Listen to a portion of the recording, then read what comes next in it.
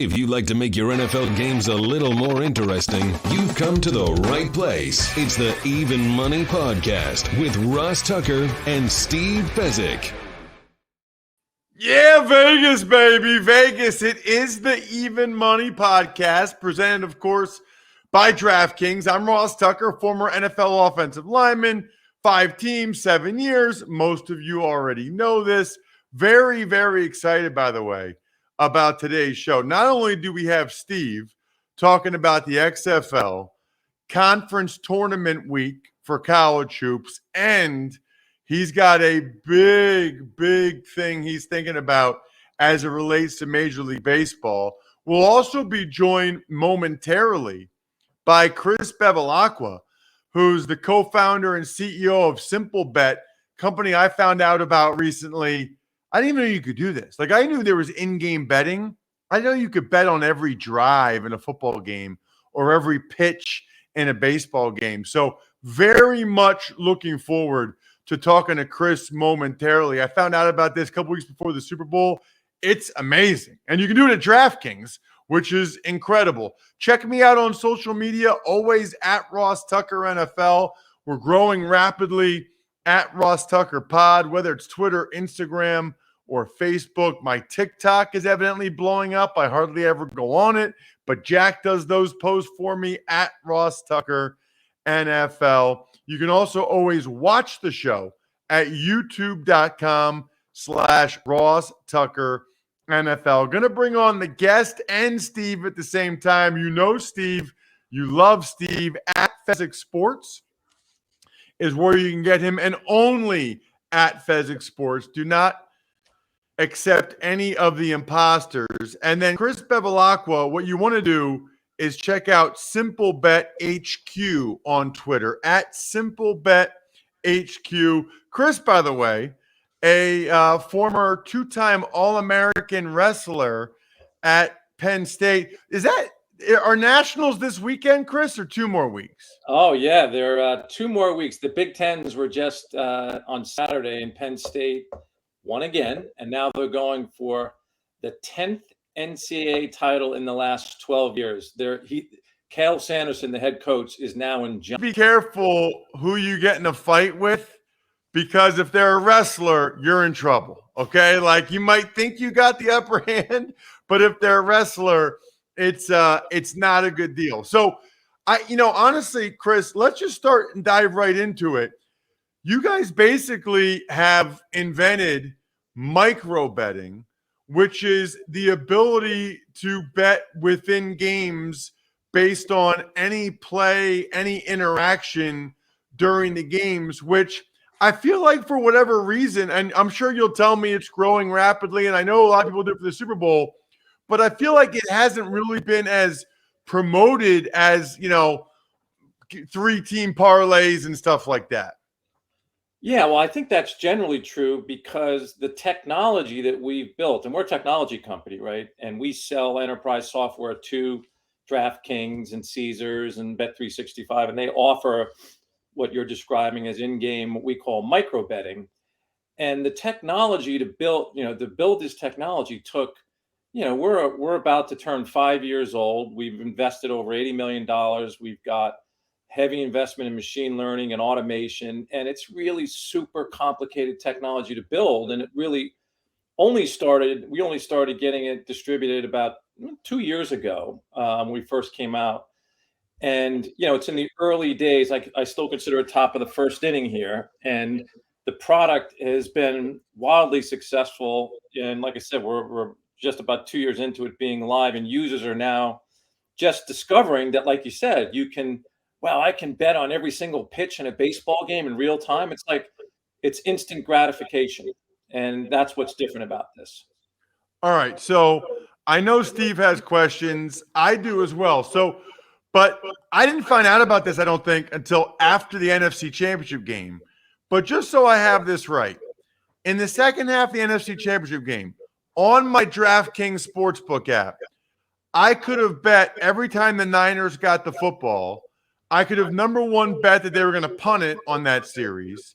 And then number two, I could have bet run every play when they didn't have a quarterback. precisely right.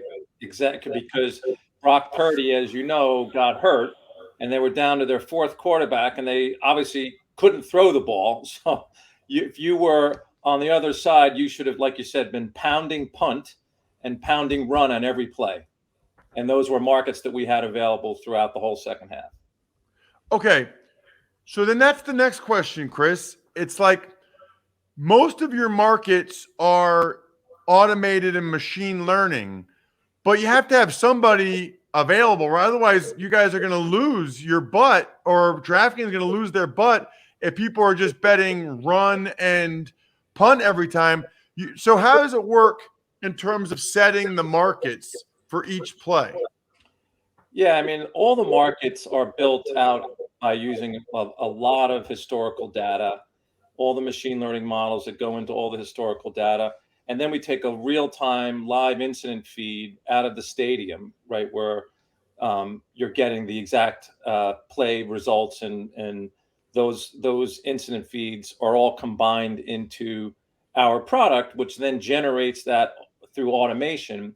And we have traders, right? So in that example, on the second half of the NFC Championship, the traders are actually watching the live event happen, and obviously can shade the pricing in one way or another in order to keep it a profitable product. And that's essentially, I'm cutting through a lot of complicated factors in terms of the technology, but that's how it works. All right. So, Steve, I want to get you in here. My first question for you is, did you know about this? Like, do you know about these markets? Do you bet these markets at all? Yeah, I know about them. I do not bet them. The challenge when you're watching DirecTV, the next play has already been run. You're on a 45-second delay. So the challenge is that the only way, and Chris, correct me if I'm wrong here, that after you're out of a TV timeout, the only way this can work is that I need to look at your interface. Chris, your company needs to tell me the results of the play, because I'm never going to get it on the TV in time to be able to ever get a wager in. And so you've got to get a consumer that's actually following your site, that you will tell them what the last play has been, which hasn't occurred for another 35 seconds on my TV. And that has been a bridge too far for me to have any interest in it. How do you address that? Yeah, that's a great question. You're getting into the issue of latency. And if you sort of step back, and I'm not from the sports betting world, Steve. I'm from the media world, right? So I deal with the DirecTVs and the Comcasts and the Dish networks of the world.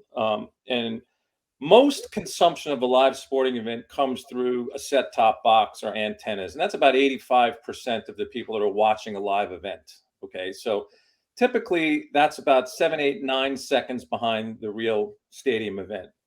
There are streaming services, like you just said, DirecTV Stream, and that could be 30, 45, 60 seconds behind, right? So that's about 15% of the audience. So you're roughly, with the vast majority of the audience, you're about 7, 8, 9 seconds behind. And for markets like our most popular market, for example, is drive level exact. What's going to happen on this drive, right? Is it going to be a touchdown, a field goal, a punt, or a turnover? And that's about 40% of all the sort of micro action. And those things take place over the course of several minutes, right? A drive typically will last a number of plays. And so if you're 7, 8 seconds behind, it's not a big deal.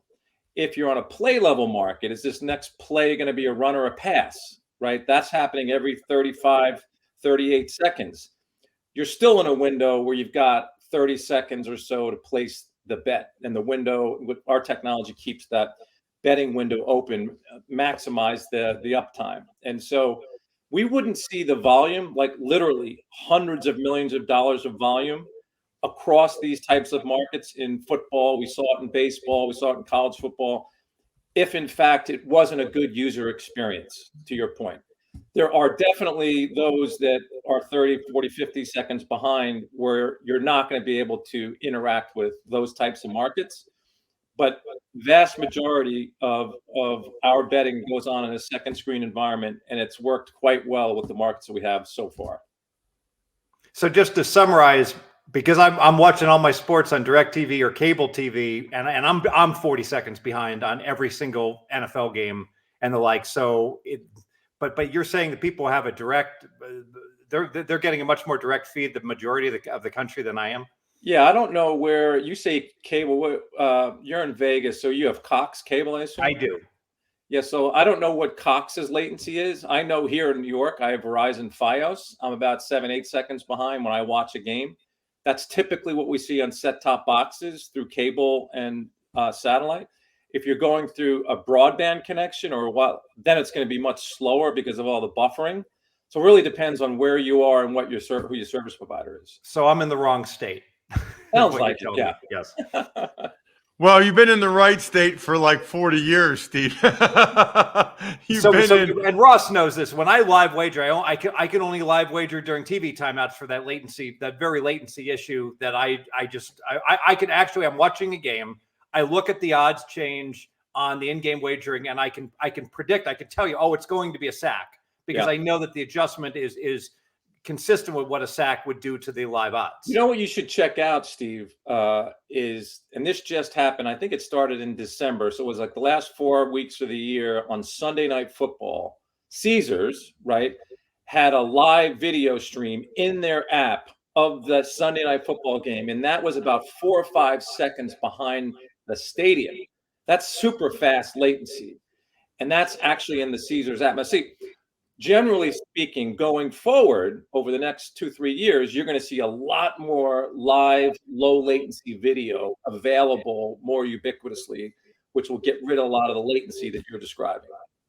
And you can eliminate it, frankly, by just telling the consumer, "Hey, it was a 2-yard run." You know, just to go ahead and show that and get the consumer ready to see, you know, that they can instantaneously have that information the second that you get it as well. Exactly. And we now have created almost like a single screen experience using animation, game state animation. So in other words, it takes our live data feed and it creates an animation that shows the user what's exactly happening on the field without the video. So like you said, we're trying to give our users as much information as we can in real time so that they can be educated to make their bet.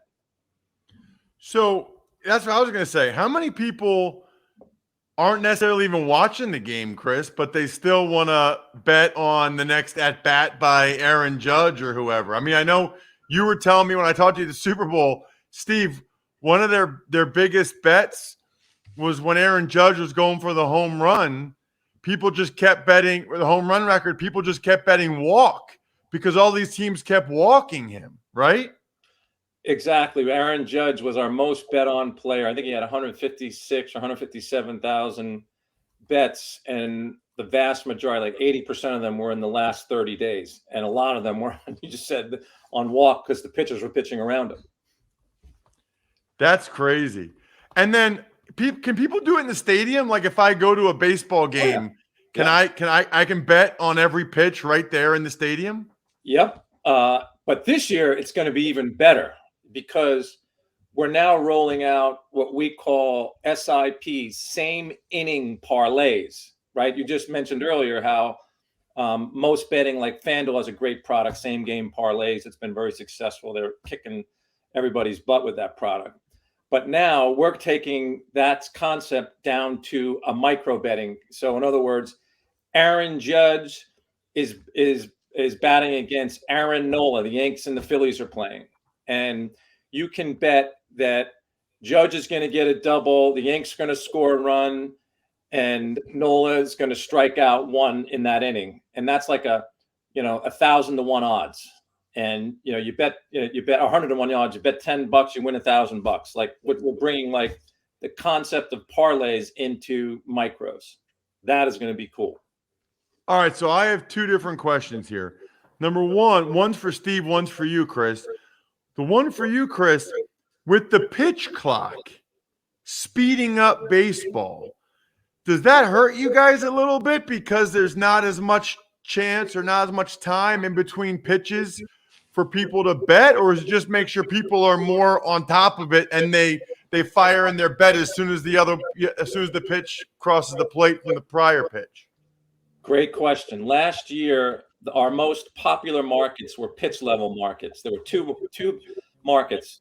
What's the next pitch going to be? Ball striker in play, and what's the speed of the next pitch going to be? 96 miles an hour or higher, right? Those two markets accounted for 52% of all of our volume, right? Pitch level markets. And the average market on pitches was about 22 seconds. So that's how much time, that's why automation is so critical. So now we're going to see that shrink to 15 or 16 seconds, right? And so we're going to see what kind of impact it has. I know one thing for sure, there's zero chance anybody could offer these markets without our technology. There's no way it could happen without our tech. And so we're going to see the impact on pitch level markets. Let's you and I get on this podcast maybe in beginning of May, and we'll have some good data. We'll have a month or two of data, and we'll tell you what it looks like. Steve, you and I were texting. You think that the pitch clock's going to do what to baseball? All the rules changes, in my opinion, are going to promote higher scoring, because I understand the batter has some challenges with the pitch clock, but he even gets a timeout. He can step out once, which is ridiculous how he's allowed to have a timeout. The pitcher's the one that's staring at that pitch clock. And I know Matt Scherzer's playing a little games with it in terms of just standing motionless. But for the bottom line, the pitcher's under more pressure. The pitcher has to deliver. You know, these bases are closer together now because they're bigger. And baseball's a game of inches. So if I got a man on first, I can only throw a couple pickoff plays over there. I got to worry about him. He's 4.5 inches closer to second already. He's wearing an oven mitt, which puts him 3 inches closer to the bag as well. Everything is promoting scoring. I can't shift anymore. I think you're going to see so many runners just barely make it from first to third because it's 6 inches closer now, round trip on a single. I think you're going to see much more stolen bases, much more pitchers getting frustrated, and some of these relievers that are used to taking 40 seconds between pitch getting gassed, you know, that they have to go ahead and deliver so much quicker. I will say, you know, regarding the latency, this product is perfect for someone that's at the stadium. This is like, because now you get to watch exactly what's going on, get instantaneous data, and what could be more exciting and fun. I will say this as a professional bettor, the same game parlays have been enormously profitable for the books. And I want to caution everyone, when you're betting into, is Aaron Judge going to walk, single, double, triple, home run, etc., when there's the needle in the haystack, when there's multiple different options, this is really a vehicle for recreational betting and having fun. This is not a vehicle that professional bettors really focus on, other than past posting providers that if they actually are in the stadium. And that does go on, and Chris is well aware of it, that he's got to cut it off right before the result is, or he's going to get hit with people actually in the stadium. But other than that, this is a recreational fun vehicle, treated as such. Don't think that this is going to be a moneymaker as a bettor. You won't win doing this. You will not win, but you will have a great time. Well, Chris, but also, I mean, well, first of all, I think obviously we all know, we talk about it a lot on the show, parlays are tough. But I think of the micro betting as like an entertainment vehicle. Like, to me, okay, I'm picturing going to a Phillies game or a baseball game, and I got a beer, but I just want to make it a little more interesting because baseball is, you know, I'm glad they're speeding it up, but so I bet $1 or $2 on every pitch or every at bat. You know, I got a beer in one hand, I got my phone in the other hand. It makes it more interesting. At the end of the game, maybe I won $20, maybe I lost 40, whatever it is. Like, to me, it just gets me more engaged in what I'm watching, as opposed to like thinking I'm gonna, you know, make hundreds of dollars sitting on the third row side, you know, third base side. Yeah, you're both right. Steve is dead on. I mean, this product is a casual fan product. It's not for, you know, the punters or the real experienced bettors. And that was the whole point. And again, I don't come from the sports betting industry. I come out of the media industry, and I know that one of the real opportunities that I saw in creating Simplebet 5 years ago was if you could somehow bring the casual fan in to this ecosystem. Right now, there's less than 10 million daily active users across all sports books. Yet there's over 100 million people in the U.S. that bet on sports in some way, shape, or form. So how the heck do you get the rest of those people that play a March Madness pools or Super Bowl boxes? How do we get them into the regulated markets And we do it through creating like an entertaining product, right? Like we have data that shows we have a deal with the Yes Network, right? And it's a free-to-play game where we offer our markets inside of the Yankees app while you're watching the game. What's Aaron Judge going to do on this at bat? Single, double, triple home run. And that product, the average person was betting 44 times the game. And then if you look at all the consumption, like we can show that people that are interacting with the game with this casual product actually watch the game longer. And that's where all the value in the whole ecosystem is for the owners of the leagues and the teams. Is it all comes through media rights, or most of it. So if we can show that these entertaining products are leading to more consumption, that has a lot of value to the whole entire ecosystem. And then whatever happens through sports, sports betting is just an additive. All right, my last question. Steve and I are going to dive into basketball a little bit. We got March Madness coming up next week. We got conference tournaments right now. Is basketball a little tougher for you guys, Chris? Like, when do people make basketball bets? Like during the every 4-minute TV timeout, they bet on the next possession. Talk to me about basketball. Well, basketball took a little while for us to crack, but we've cracked the code, and we now offer markets. We're up the entire game with markets. What's player next attempt, right? In March Madness, as a matter of fact, our college basketball product, we had over 1.5 million bets taken just this year in the regular season. We're going into March Madness now, and these player next attempt. What's the next shot for Purdue going to be? Is it going to be a 2 or 3-pointer or a foul shot? Like those markets are always up, always open, and it's proving to be really entertaining and very engaging for the end user. Awesome. We will get to Steve's tips for betting conference tournaments momentarily. Chris, really appreciate the time. This is awesome.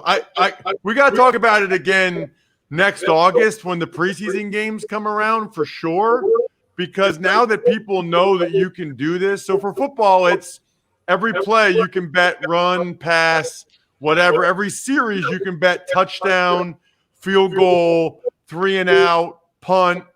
And that's basically what we're doing, right? So by next year, all of our listeners will know about it. A lot more people will know about it. I would imagine this is going to be like a snowball running downhill.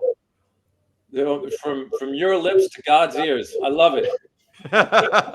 Check out at Simplebet HQ on Twitter. Chris, thanks so much for the time. We really appreciate it. All right. Thanks a lot, guys. Good to see you, Steve.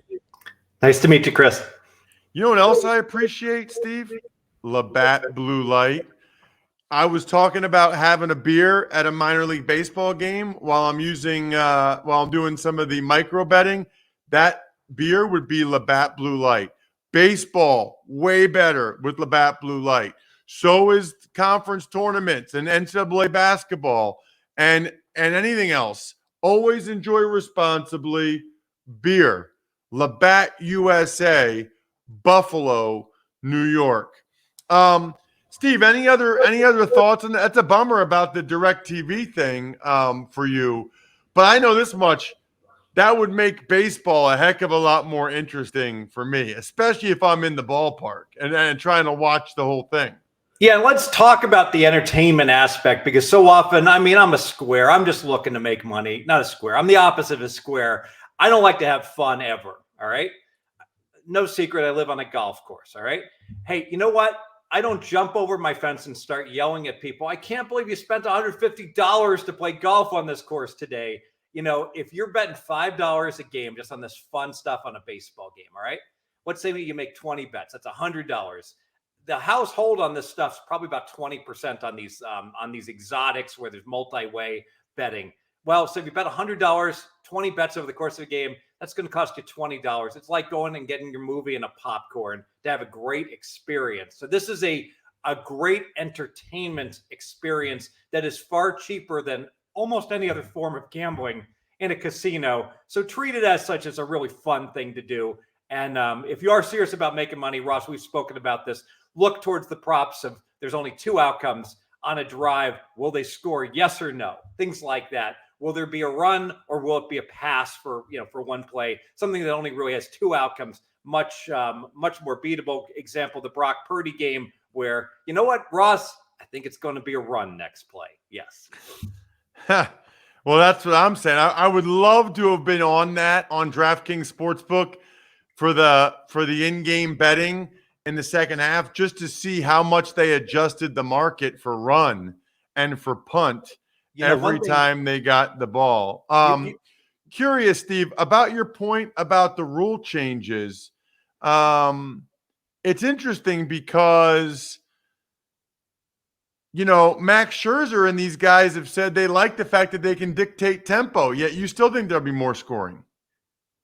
Oh, yes. I mean, how much tempo can you dictate when that clock says 15 seconds and as a batter, I only have to step in there by 8. You only have 8 seconds. So I get it. The pitcher can just stand there and the batter now can't step out of the box and he can throw it with 6 seconds left on the clock or 4 or 2. So it's almost like a snap count that he knows exactly when he can throw it. But you know what? It's not like football, Ross. It's not like you're snapping the ball. Last time I checked, when Scherzer's pitching, he still has to go into his windup or go ahead and deliver. It takes a second to do that. So it's not like you can really quick pitch the batter. I don't think it's going to be a significant factor to benefit the pitcher. And I do know when I'm the pitcher, I'm staring at that clock and my catcher wants me to throw a knuckleball and I want to throw a curveball tick, and he's not giving me the pitch I want to throw, and I'm out of time. So I got to just go with what he's giving me. It's going to be a big problem for the pitchers. Have you, do you have any tips for conference tournament for college hoops? Yes. In these do or die games, teams that are not in the tournament, they need to run the table to get to the big dance. They're not giving up. This is it. This is the last game. So normally when a team's down 14, Evansville trails by 14. All right, call it a day and shake hands. Nope. We're going to foul to the bitter end. And I love the fact there was a game last week where Iowa trailed by 11 with a minute to play, by 10, and they won the game. So, hey, you're saying there's a chance. I don't want any part of any in-game unders on games that are at all competitive, because you're just going to see some epic foul fests over the next week where teams just foul to the very bitter end. And I saw a game, I don't know if it was Northern Kentucky yesterday. They're all merging together. There literally was 23 points in the final minute, Ross. Wow. That's nuts. What about any other XFL thoughts? It feels like people aren't really, maybe it's with the combine and franchise tag stuff. It doesn't feel like people have been talking about the XFL quite as much. Yeah, so XFL, love the rules changes. Love that if your idiot punter kicks it out of the end zone, the ball comes out to the 35. If he kicks it out of bounds, the ball comes out to the 35. There's a kickoff return on almost every play because of the owner's penalties. The NFL should copy some of these XFL kicking rules. They're excellent. I will say, I'll throw out one tip. Vegas has had some funky weather the last 2 weeks. We had a monsoon a week and a half ago, and we had a wind tunnel game last week. So all the stats on the Vegas Vipers is skewed. There's going to be a whole lot of scoring in Vegas games. I think if you bet every Vegas game over the next 7 weeks and into the playoffs, but there won't be any playoffs because our team stinks, I think you'll make money playing Vegas games, particularly to go over. Love it. Very interesting. What does Derek Carr going to the Saints do for you, Steve? I mean, I know we're not betting their season win total yet, but what does that do for you? The Saints are a team the wise guys love. All right. They bet them last year to go over 7.5 wins. They bet them all the way up to 9. Yeah, they only won 7, but in the stats, it looked like they probably should have won 9 games last year. Now with improved quarterback play and a horrible division right now, it looks to be that the Saints are going to be the odds-on favorite to win that division. If you're going to bet on the Saints to win the division or for their season win number, I'd get at it earlier rather than later. I think there's going to be a narrative that the Saints are absolutely a team that's looking to win now. There's no question. And I don't know that any of the other ones are. I think the Saints, Dennis Allen and Mickey Loomis realize they really need to win this year. Whereas Carolina's new regime Atlanta's probably wants to win, but they've got a young quarterback. Tampa might be in a rebuild. It's a good point. Check him out on social media at Fezzik Sports. You always know how to get to Steve. He's always at pregame.com. Of course, only pregame.com or at Fezzik Sports. I'm at Ross Tucker NFL. We are at Ross Tucker Pod. And of course, you can always check out the show, video, youtube.com/Ross Tucker NFL. Other than that, good luck, everybody. Hope you guys win some money. Thanks for listening to the Even Money Podcast. Make sure to also subscribe to the Ross Tucker Football Podcast, The Fantasy Feast, Business of Sports, and the College Draft. All available at Apple Podcasts, rosstucker.com, or wherever podcasts can be found.